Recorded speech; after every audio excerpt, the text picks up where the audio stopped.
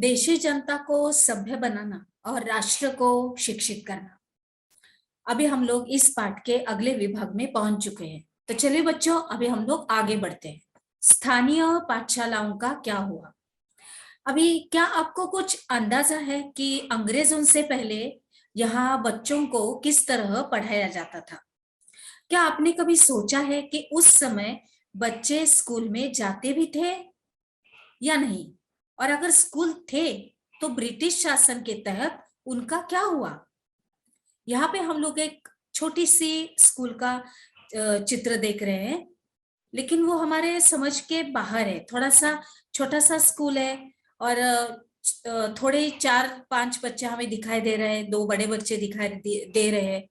शायद वहां पर उनके टीचर भी खड़े हैं। आगे देखते हैं कि क्या था।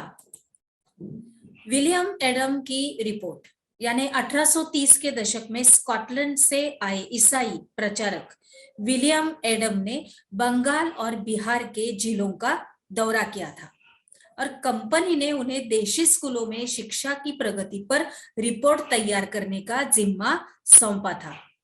एडम ने जो रिपोर्ट तैयार की वह बहुत ही दिलचस्प थी। एडम ने पाया कि बंगाल और बिहार में 1 लाख से ज्यादा पाठशालाएं हैं और ये बहुत छोटे छोटे केंद्र थे जिनमें आमतौर पर 20 से ज्यादा विद्यार्थी नहीं होते थे। फिर भी इन पाठशालाओं में पढ़ने वाले बच्चों की कुल संख्या काफी बड़ी, यानी 20 लाख से भी ज्यादा थी। और ये पाठशालाएं संपन्न लोगों या स्थानीय समुदाय द्वारा चलाई जा रही थी। कई पाठशालाएं स्वयं गुरु द्वारा ही प्रारंभ की गई थी। शिक्षा का तरीका काफी लचीला था। आज आप जिन चीजों की स्कूलों से उम्मीद करते हैं, उनमें से कुछ चीजें उस समय की पाठशालाओं में भी मौजूद थी और बच्चों की फीस निश्चित नहीं थी। छपी हुई किताबें नहीं होती थी और पाठशाला की इमारत अलग से नहीं बनाई जाती थी।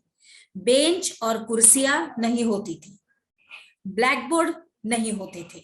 अलग से कक्षाएं लेने, बच्चों की हाजिरी लेने का इंतजाम नहीं होता था। सालाना इम्तिहान और नियमित समय सारणी जैसी कोई व्यवस्था नहीं थी और कुछ पाठशालाएं बरगद की छांव में ही चलती थी।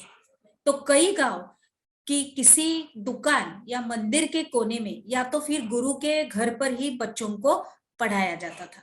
अभी बच्चों की फीस उनके माँ बाप की आमदनी से तय होती थी। अमीरों को ज्यादा और गरीबों को कम फीस देनी पड़ती थी। शिक्षा मौखिक होती थी।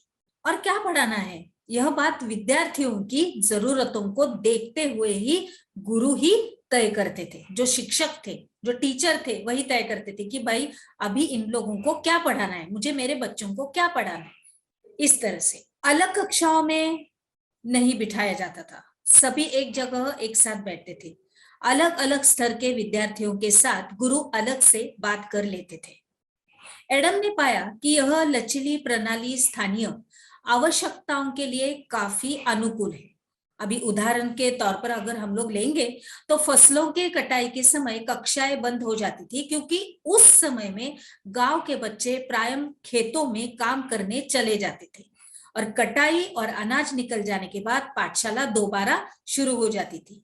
अभी इसका परिणाम यह था कि साधारण काश्तकारों के बच्चे भी पढ़ाई कर सकते थे। नई दिनचर्या, नए नियम। 19वीं सदी के मध्य तक कंपनी का ध्यान मुख्य रूप से उच्च शिक्षा पर था और इसलिए कंपनी ने स्थानीय पाठशालाओं के कामकाज में कभी ज्यादा दखल नहीं दिया। 1854 के बाद कंपनी ने देशी शिक्षा व्यवस्था में सुधार लाने का फैसला किया। अभी कंपनी का मानना था कि इसके लिए मौजूदा व्यवस्था के भीतर ही बदलाव किए जा सकते हैं और कंपनी की एक नई दिनचर्या, नए नियमों और नियमित निरीक्षणों के जरिए पाठशालाओं को और व्यवस्थित करना चाहती थी। हमने क्या सीखा? इसके अंतर्गत विलियम एडम की रिपोर्ट क्या थी, वो आप लोगों को अच्छी तरह से लिखना है कि उनकी रिपोर्ट क्या थी। अभी आगे बढ़ते हैं अगले विभाग में।